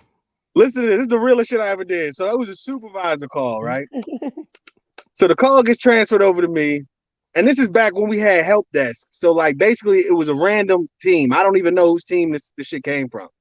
It was like if you needed a supervisor, you click the button and then you chatted with a supervisor and they transferred you the call. Right. So I don't even know. You remember that, Daryl? This is a while back. Yeah, it was different than like your global experts. Like you had the separate agents that was like they assisted the coaches, but all they did was took all the coaches' soup calls. No, this is before that. This is before team leads and before that. It was all supervisors, and we all got we had time slots that we had to fill, and it was just supervisor calls that came in from in the building. They would chat with you. This is back when they had instead of Jabber, they had Communicator. You remember Communicator? Oh dang, yeah, that was a minute ago. Yeah. That's what I'm saying. What is this, Echo Star days? Say what? This is Echo Star days? No, it was still called Dish. Was you there when it was Echo Star? No. Yeah. It was. I think this was 2011 or 2012, something like that. Damn, but anyway, so I get this chat, I get the call, lady comes on the line, and it's a real old black lady, right? And her bill is outrageous. like it's outrageous. It's like 92 days past due. Like $450. Like, it was rough, and it was hard disconnected, so you had to pay the whole thing. Oh shit! So this lady tells me, old lady. She tells me, honey, I'm on hospice and I'm dying. I just want some motherfucking television. She said it just like that. She ain't trying to hold no punches. Bruh, when I tell you that, I swear to God, I gave her credit for $1,800, turned the account on, kept it pushing, dog. What? You get this? Swear to God. Swear to God. How did you justify that, dude? How did I justify it? Turn the shit back on. She was so nice to me. But ain't nobody say nothing? Like $1,800 credit? Nobody said a word to me, dude. Nobody said not one word. Now, it sounds crazy that I gave her that much of a credit, but I had to offset the equipment charges. It wasn't like it was okay. Well, you gotta think about it. Like one receiver run you like $400. Yeah. Wait a minute. In hard disconnect, you got to pay for the whole. Yeah, they charge when you go into a hard disconnect. They charge you cancellation fee, whatever you was past due, equipment fees for leased equipment hits the account. Like you looking at on average, you looking at a cool G. Yeah, okay. Depending on how past due you are. when we restarted people's account and they had the equipment, that See, we would that's a waive the different equipment time. fee. Wait a minute. That's a different time. By the time you had started working there, we changed the policy a little bit. Oh, they Where you finally could started to make sense. exactly. Well, what we were doing back then was we wanted to get rid of customers that were acting like that Oh, were not so paying their you bills, got and so paid we for were like, everything. yeah, Damn. send the equipment back because we were trying to push them to PIA. That's what we wanted those customers to end up doing with less equipment and no contract and just pay in advance or get shut off. So if it's you had bad prepaid. credit, we were forcing those customers out. But I just said fuck it. I really said fuck it. Like I was like, this lady, fuck it. What they was paying me? What is it? They was paying me fucking pennies. I was working mad amounts of hours, and I was on salary. I was probably working 55 or 60 hours a week, making salary. Making like 35,000 a year. So I was already like, fuck you. I might quit this fucking job anyway. This nice old lady needs some help. Fuck it. I'm turning her shit right back on. No questions asked. It's on, and you good for the next 2 months. Hey, that's gangster. You made a change in the world. She's like, fuck it. If I'm gonna die watching Young and Restless in this bitch. That's a fact. I know she's dead now. Rest of the she knows she's definitely she was on hospice, bro. It wasn't even a sob story. I could hear the little machine in the background. Damn. Yeah. She was on hospice, bro. I hooked her up. 2 buttons. That's a Netflix movie. Bro, she just wanted her TV. 2 clicks of a button. I changed the whole fucking day. He just gave you a breakdown for a Lifetime Movie Network joint. Yeah. You're welcome. She just wanted her TV. I remember the name man on the phone helped. I remember it's Edna Griffith. DJ Khaled stars as Joseph Terrorot in Honey, I'm on Hospice. What you doing? We gotta edit that out, man. I'm giving you the Lifetime movie dialysis of your movie. Don't ever put my government out there again, bro. Excuse me. Morocco joke. DJ Khaled as Yusuf in Honey, I'm finna die. Turn my cable on. And it turned right on, dude. Movie, nigga. And you know what? I felt good. When I went home and went to sleep that night, I felt like I helped somebody out for real. And it was worth it. And I don't care. I didn't care at that point what the ramifications would be. That was some justifying shit at Dish. Not me. I wasn't gonna be the one to shut that off. Somebody else. When you're able to help a customer at Dish, that shit does like make the day. When you fucking just help somebody. Especially people that deserve it. Like, bro, TV is not worth the money we pay. It's not worth somebody. If somebody needs some company in the house, bro, like, come on, man. It's an old lady. She dying. She done lived her whole life on this shitty ass planet, and I'm the guy that's gonna say that you can't have TV because of money. Like, get the fuck out of here, bro. Like, I pressed the button and turned that shit right on. There was no thought. Right. I really didn't even think about it, bro. I didn't think about it until after I got her off the phone. I realized how much the credits was gonna be, and then I was like, damn. I might have walked into a bus. Yo, high key, if y'all have never done it out there, go work in a call center. It might be some of the funnest time of your fucking I'm telling you. life. I think one of the craziest calls that I heard, I can't remember who it was. It was somebody else that took the call, but was doing some basic troubleshooting. And when they was done with the call, so the whole time, the chick's boyfriend was messing with her. Like, he was trying to get it in while she was on the phone troubleshooting. Oh yeah. So like, dude, the person taking the call, they fixed the problem, done. So he puts himself into break ox to go to break. So when you're done with the call, like, most people don't even look. They take the headset off, put it down. They're already in break ox. I'm gone. Yeah.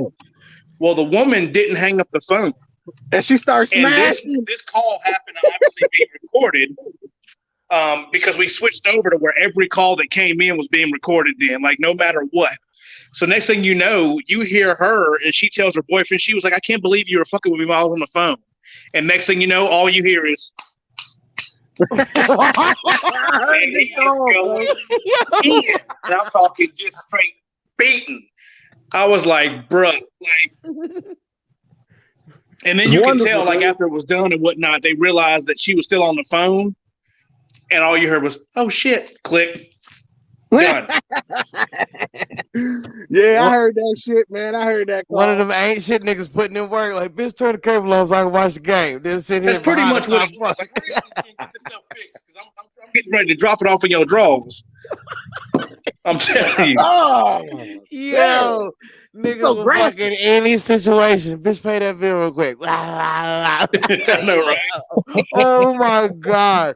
Yo, Yes. why do they not put that on YouTube? This would get so much like money off that call. Dog. What the fuck?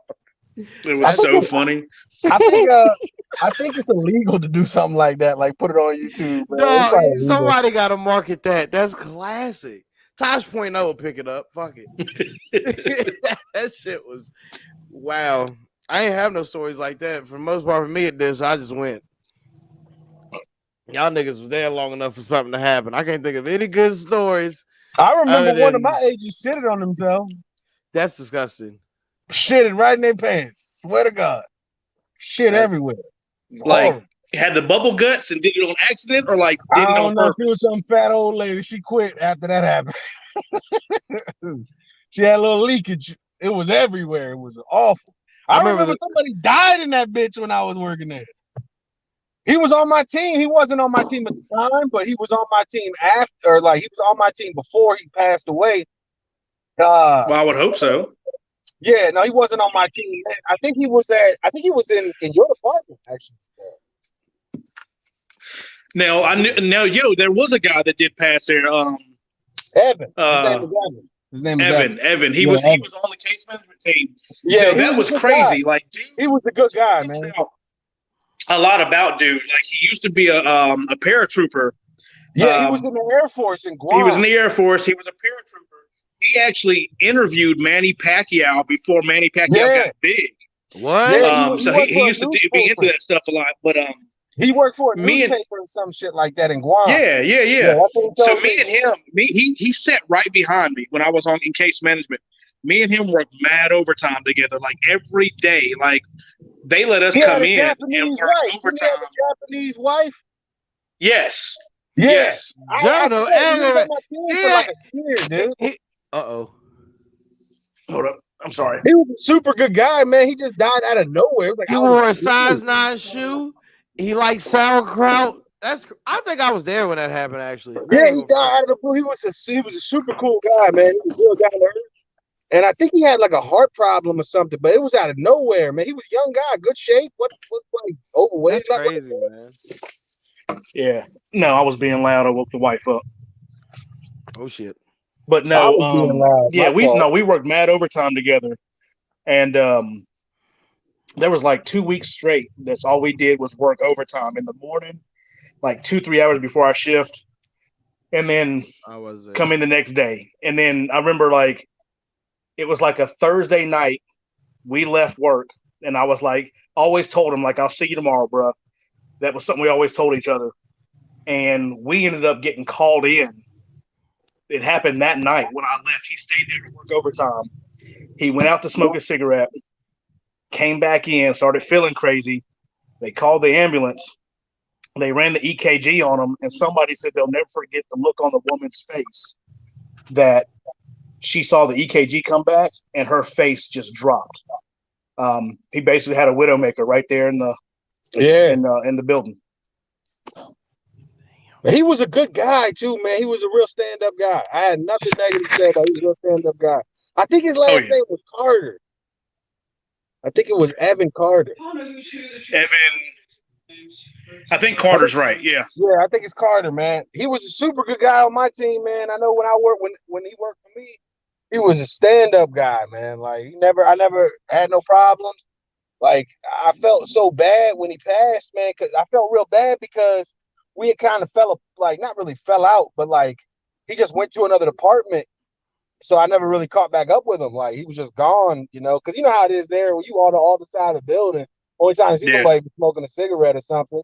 It's just such a big building and shit like that. But me and him got kind of close when he was on my team because he was really good at his job. He was there every day, worked overtime all the time. So when I was in there doing my little administrative bullshit before the team got in, he was always already taking calls. So he'd hop off, talk to me for a little bit before the shift started and shit like that. And just, you work with somebody every day, and then one day they just die. Like that's crazy. Like it Well, was it's the so same thing that happened to crazy. you remember the Michelle that was an OJT, the woman that the older lady had one arm. Yeah, she was That's So OJT the when I that's day my was over there. homegirl's mom, man. the day that she had her stroke, I literally had just went over like every day, like ever since I left OJT's back in 2015. I would always go talk to her all the time. Cut up with her when I was on the team. Always would go talk to her just to check on her. That same day that it happened, I went and checked on her. She said she was feeling kind of weird or whatnot. Gave her a big hug and everything. Went back to my desk, and then her best friend, what's her name? Teresa. Remember Teresa? Yeah, Teresa. The white chick that always hung out with her. Yeah. She sent me a text and told me what happened. I went to the hospital and whatnot, but at that time she was unresponsive. But like, yeah, life is crazy. Yeah, but Him sitting right behind me and that happening, and then Michelle, like literally the same day, like went to go check on her and whatnot. She wasn't feeling good. Was like, hey, make sure you go to the doctor and get checked out. She's like, I am. And then she has a stroke and then she passes. Yeah, I remember talking to her when she first became an OJT. I think Brian Carr was the coach of the OJTs at that time. Yep, and I he was was. I was already just the coach. And I remember talking to Brian, and I talked to Michelle, and I remember we had a conversation. We were standing outside smoking a cigarette or something, and she was telling me how she lost her arm and shit like that. She had worked in like a furniture factory or some shit like that, and it like had an accident. Got caught in the machine. Yeah, some shit like that. And I was like, damn, did you get it? And I remember making a joke with her. I was like, you got a bag of money, didn't you? And she was like, you'd be surprised. I'm not hurting. You know what I'm saying? Right. I'm not hurting. You know what I'm saying? She was an older lady, but she was super funny, super friendly. She always had a smile on her face and shit like that. And that shit is sad because it's like it's always people that are like, you know, those people would be useful right now. Like Michelle, she always had a positive outlook. She always had a smile on her face. Like she would be super neat. She's needed. That's a needed person right now. You know what I'm saying? Right, 100%. Like, it sucks that she's gone, man. Like I don't want to turn this into a memorial podcast or whatever. But nah, that's my homegirl's mom. So like, talk y'all shit about that, man. That yeah, but at the end of the day, like, I mean, regardless, I mean, like you said, you know, not trying to turn it into something different as far as sad, but I mean, real talk, it just lets you know that every day is not promised. You know, cherish every day. And you should take a little bit of what these people brought to the world and try to bring that to the world too, because it's gone now. And a lot of people can relate to this and just maybe not be able to talk about it. A lot of people work with people that probably they was close to and passed away. So I mean, this helps people. This don't think nothing that we talk about on here is not necessary. You gotta take. Sometimes we funny, sometimes we beautiful, baby. It happens. Right now is one of the times. Hey, you know, it's crazy to say this, but like without you, me and Daryl connecting like this, we probably would have never thought of these things to say to anybody. You know what I'm saying? Right. Like it's good to get that energy back in the world, even if it's short lived, or even if it it doesn't mean I'm gonna do something different. But at least those memories are still there. One change is a change in the world, man. You help somebody, you help everybody. Absolutely. Well, you guys remember Lenny, don't you? Session. Yeah. That sounds familiar. Like that one he passed, that hit me, man. Like that one hurt. Yeah, I worked with Lenny as an OJT there for a long time. I did too. I worked with him for a long time. And, I remember when Brandon became a trainer and Lenny went the fuck off fucking Brian Turner. I remember that shit like it was yesterday. Boy. I'm telling you, when we dealt with that whole thing, like I wouldn't stand in that man's way. But I tell you what, like just like Michelle, like one of the most genuine people I have ever been around in my life. You know, he was almost an NBA ref. You know, he was almost an ACC. Well, he was almost an ACC ref, not NBA. I think I heard that. Yeah. Yeah, he was almost an ACC ref. He was the principal of a school for a long time. And the kids loved that man. Like he was all about positivity, absolutely teaching, wanted you to learn, and then on top of that, he was very humble. He was willing to learn from you. I remember every day he would tell me, "Double D, I'm trying to be like you." I'd be like, "Bruh, Like I'm trying to be like you, what you do and inspire. Like that one, I like. That's probably the closest I've probably been to anybody to where it's felt like family. I remember we went to the funeral. Brandon and Brian and his mom and all them had us sit with the family up front. That's nice, man. Yeah, That's nice. that one was a hard. Yeah, But I remember. you take away what he put out, the man. energy that he put out, though, and it keeps you going. What just happened? No, Joe lost connection. He'll probably be back. There you go. Yeah, I was like, what did he say? Man, You I good? hit the damn leave button by accident. I'm an idiot. I thought you said you was like, I didn't know what was going on. No, I hit the button by accident. But no, Again, man, yeah, Lenny's a good guy, man. that's I'm crazy. still sad to hear him go, man. It's sad to hear he went. Man. This man, one of them jobs, man. It's almost like a little high school. There's so many people there, and you just connect with people. That's true. It's you got that right. It's definitely like a high school. Like you got enough people. You like a little single A school around here, nigga. It's like 400 of y'all, nigga. And somehow y'all all meet. Everybody's shift just overlaps. It ain't like there's shifts that never meet each other. You see everybody that work there.